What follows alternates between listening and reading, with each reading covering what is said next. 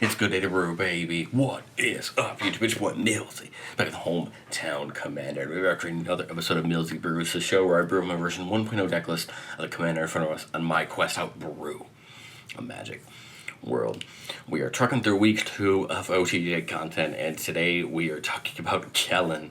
Of course, it only felt right that Kellan had a card in this set with how many cards he's had before, and this card is no slouch. Kellan is a Bant, 3-mana, 3/3, human fairy rogue, flying lifelink.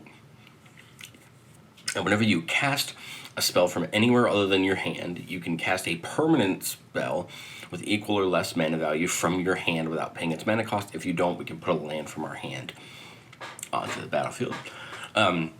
This card reminds me a lot of a card like Tulane, where when you're casting creatures, you're putting lands down, but Kellan takes it and spins it a little bit differently with allowing us to cast permanents from our hand with less mana value. And the first thing for me that comes to mind for this effect is a mechanic that actually all 3 of Kellan's previous cards have, which is Adventure, right? Adventure is a mechanic where you have a little spell that you can play, and then it goes into exile, and then you can play its permanent half from exile back onto the battlefield. And a lot of those are very high CMC permanents, meaning that we're going to be able to really trigger Kellan's ability. But we don't just have Adventure, we have Plot from the new set, and there's a couple cards that do that. We'll talk about a few of those we have.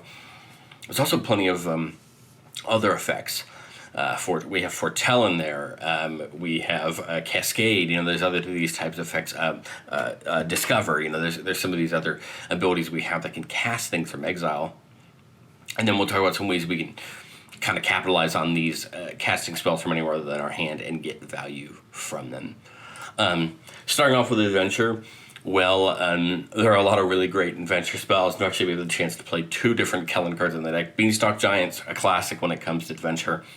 The one side is a slightly more expensive Rampant Growth, and then it comes down to 7-mana Star where Star's the number of lands we control. We get Brazen Borrower there. The Adventure side can bounce something back to hand, and then Brazen Borrower comes down as an attacker there that can only block creatures with flying. We get the Kellan from Mirza Karlov Manor, getting us an extra land on its Adventure side, and then when it comes in, we can destroy up to 1 target artifact on attack, and if we controlled that permanent, draw a card, but it also could be a fun way to kind of hurt down our opponent's mana rocks. We have the other Kellan from Lost Caverns Ixalan making some map tokens, and then whenever it attacks, we can reveal the top card of our library. If it's a creature card with mana value 3 or less, put into our hand, otherwise put into our graveyard.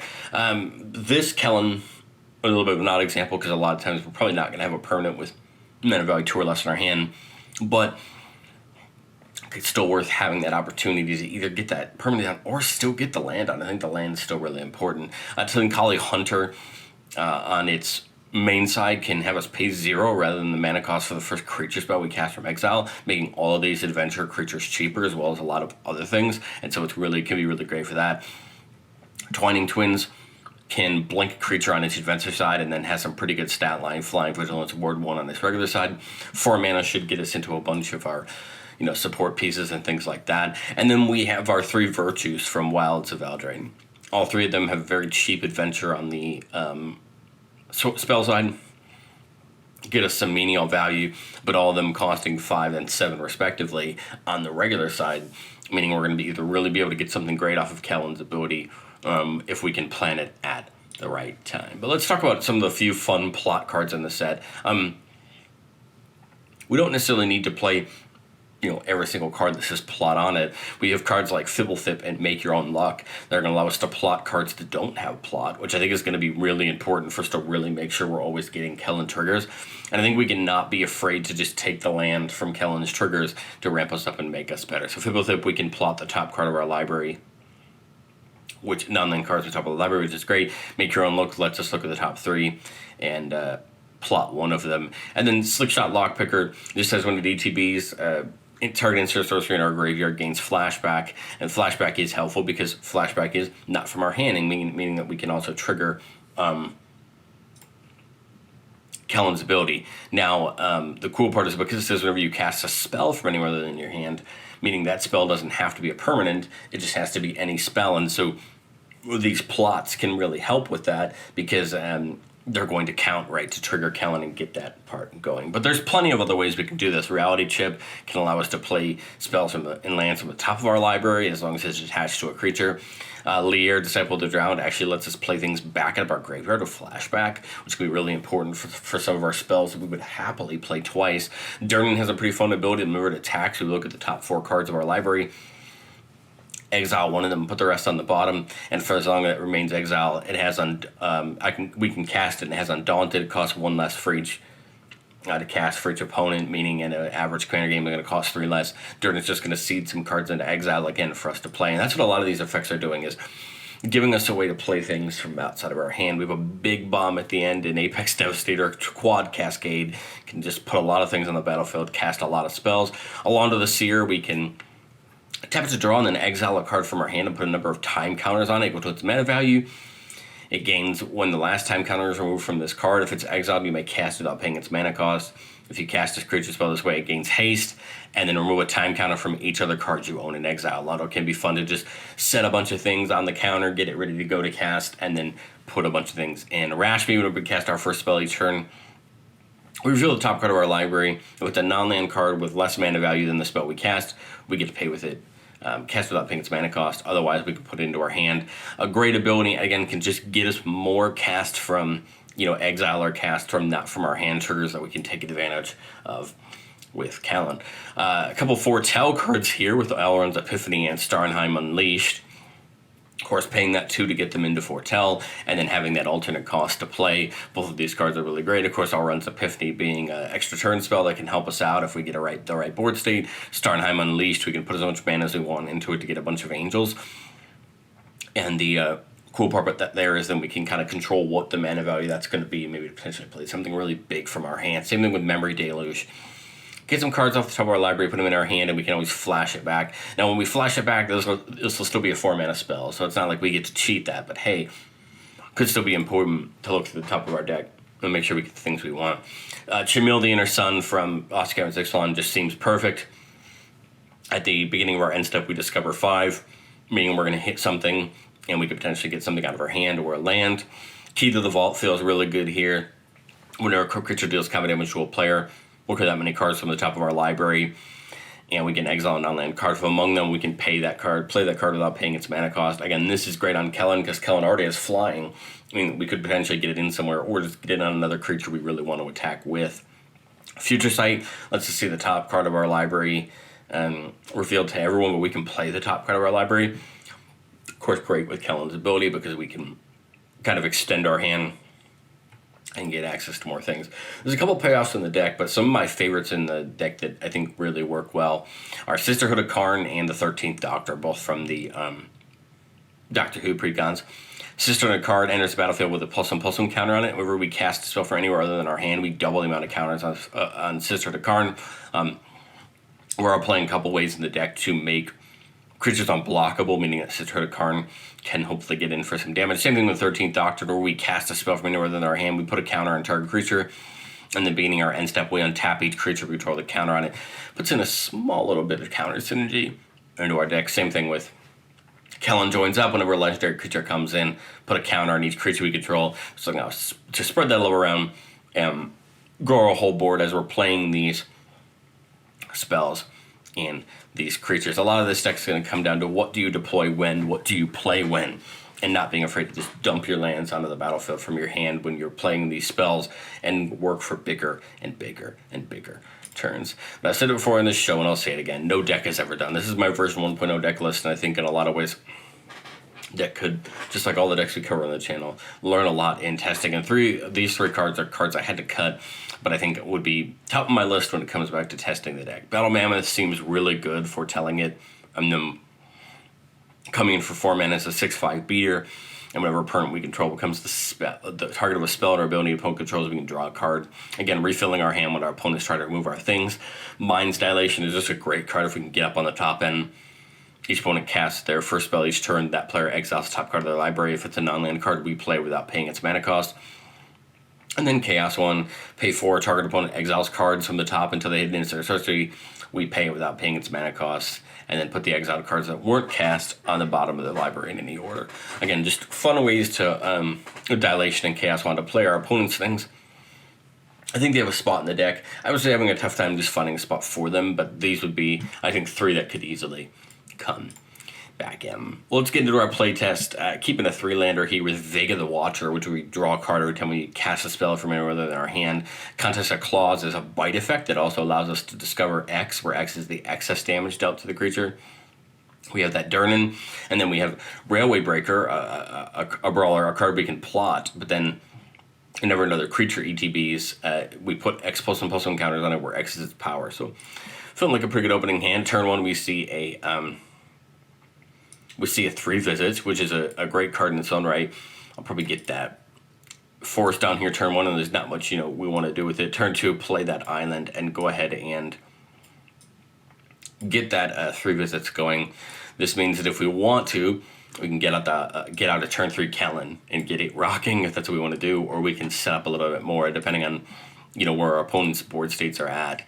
If I'm feeling like I have the time to set up, maybe we try to play something like Vega or Durnan, but if we want to start our plan a little bit sooner, we could get Kellan down. I mean, we're still a couple turns away from really having a lot of things to play. We could plot a Railway Breaker this turn if we wanted to. That would mean that next turn we could play Kellan, play something else, and then play this for free because of the plot, and get something 5 or less from our hand, which could get down Durnan or Vega the Watcher, which actually might be my play here. I think I would plot this, pay the 4, plot it, and then on a future turn,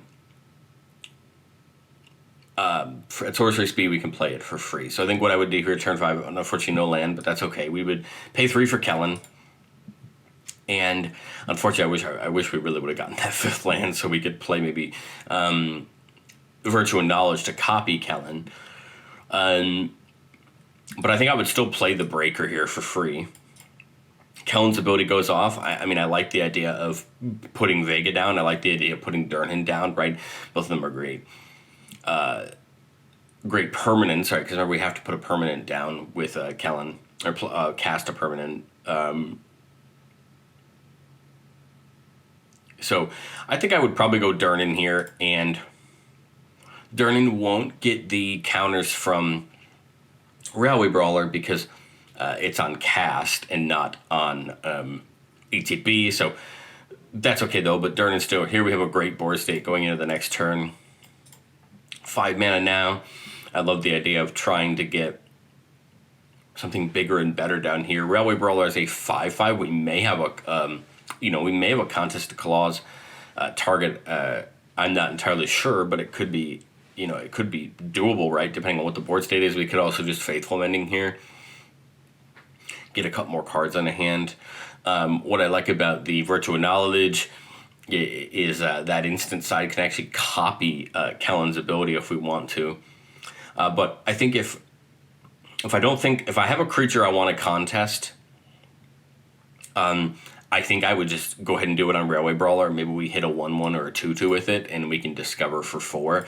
Let's just say that someone has a token, 1/1 token laying around. Let's just say we contest. We would discover for 4. We would see a Soul Ring. Obviously, we want to play it. We don't have anything, cheaper in our hand to put down, unfortunately, so that's kind of a bummer, but I think that's great because now this gives us access to, this actually gives us access to 2 more mana this turn. And I think that's that would be 3, 4, 5. I probably would just play like Vega the Watcher. We probably should have done it. I guess we could have done it before Contest of the Claws, but we didn't know. Vega comes in, gets 2 counters because of Railway Breaker. We take a big attack here. Kellan goes at somebody. Durnan goes probably at somebody, and Railway Brawler goes at somebody. Get a big attack in. Durnan may potentially have his ability. It may not. We don't know. But again, I think this is a good board state here because now anytime we find a way to play something, We're drawing a card, we're getting value from Kellan, and I think this is the kind of board state you want to see as we move forward in the next few turns. We're trying to play things right and get value down and move towards taking more and more explosive turns as we're getting these down. I like Railway Brawler here because it's going to keep setting up creatures to get bigger and bigger as we move towards the next stages of the game. But let's get into Playtest 2, keeping a 3-lander, Railway Brawler again, a Woodland Acolyte, 13th Doctor, and Sister Harn, 2 great creatures to see together, especially since they work so well together. We top deck a Invasion of Zendikar. Kind of awkward here. We would love to do like a 2-drop into a 3-drop. And because of the 3 lands we have, 2 of them coming in tapped, it's going to be slightly awkward to get Kellan down. So I think I would just still get the Seaside Citadel down. Maybe we'll draw another basic land and it'll fix part of our problems. We see a Lush Portico, interesting, so another tapped land. If I put the Lush Portico or the Canopy Vista down turn, we can get Kellan down on turn 3 if that's what we want to do. Let's do the Lush Portico and hit the Surveil, and I like the Overrun Farmland. I like that. Let's keep that on top. We could... we would technically have this adventure up, but we don't have anything in our graveyard, so we can't quite do that yet. I guess we could have technically put that Overgrown Farmland in our graveyard and maybe adventured with Woodland Acolyte to get it into exile to be able to get played, and then the land still would have gone back to our hand anyway. I think that might have made the more sense. Dump this into our graveyard, play this to put it back on top of our library, and now we have this, right, in adventure, ready to go. Turn 3, we get that land down and get Kellan down, because then now next turn we can play this from adventure if that's what we want to do. Turn 4, I mean, obviously, Adventures of Zendikar here could be pretty good, getting a couple extra lands. If we play the Woodland Acolyte, we can actually get Sisterhood of Karn down, which wouldn't be bad either. We could get the 13th Doctor down the next turn. I think there's a couple of good options here. We could also just plot the Railway Brawler and go one more turn and see if we can Woodland Acolyte and Brawler in the next turn, which I actually think might be the better idea. Plot this turn, kind of kick the can down the road a little bit, but we could do both of these next turn, maybe try to get a bunch of pieces down. Going into turn, what's this, turn 5? So we can get the Brawler for free here, which could get either Feldar Retreat or the Invasion of Zendikar for free. And we could play 3 for the Acolyte, getting us Sisterhood of Karn for free, right? So we have basically 2 extra spells we can get this turn. I'd kind of rather start with the Brawler. Kind of like the idea of getting the Zendikar down. We give it to somebody, and we go get 2 basic lands to put them on the battlefield. I think we just try to even out our colors, getting an island... and a forest and shuffling. Those come in tapped, of course. But we would still have access to that 5 mana. I'd probably pay 3 of it for the Acolyte. Getting Sisterhood of Karn down, it comes in with 1 counter because its power when it came in was 1. Acolyte comes down, getting 2 counters and drawing a card because of its ability coming in. And then we would have that 2 mana left to go ahead and foretell Starnheim Unleashed. Now we set this up on a turn where we have lots of mana. We could potentially just make a bunch of angel tokens. So the cool part about this Railway Brawler is it doesn't say non-token, meaning all those angels are going to come in as 8/8s instead of 4/4s with that Brawler out. We'll go one more turn. We could... Canopy Vista coming in, so now we have access to 8 mana. We could go 1, 2, 3, 4, 5. 5 into Starnheim Unleashed. And then we could actually double the Kellan trigger with Virtue and Knowledge, right? We pay this for 5. We got 3 mana left. Kellan would trigger when we cast this. We could copy Kellan's ability. And then we would have 2 triggers of 1, 2, 3 for 5, meaning we could put down the Feldar Retreat and the 13th Doctor.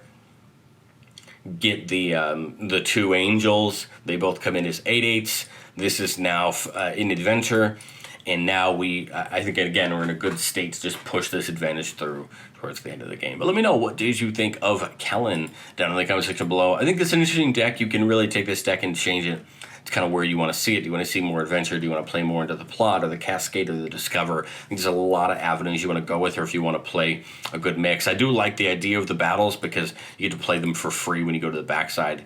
I believe the backside keeps the same CMC air mana that I use the front side. I could be wrong on that, but that would be the only kind of maybe a little rule point you'd want to brush yourself up on if you choose to go that route. But thank you guys so much for watching, and I will catch you guys next time.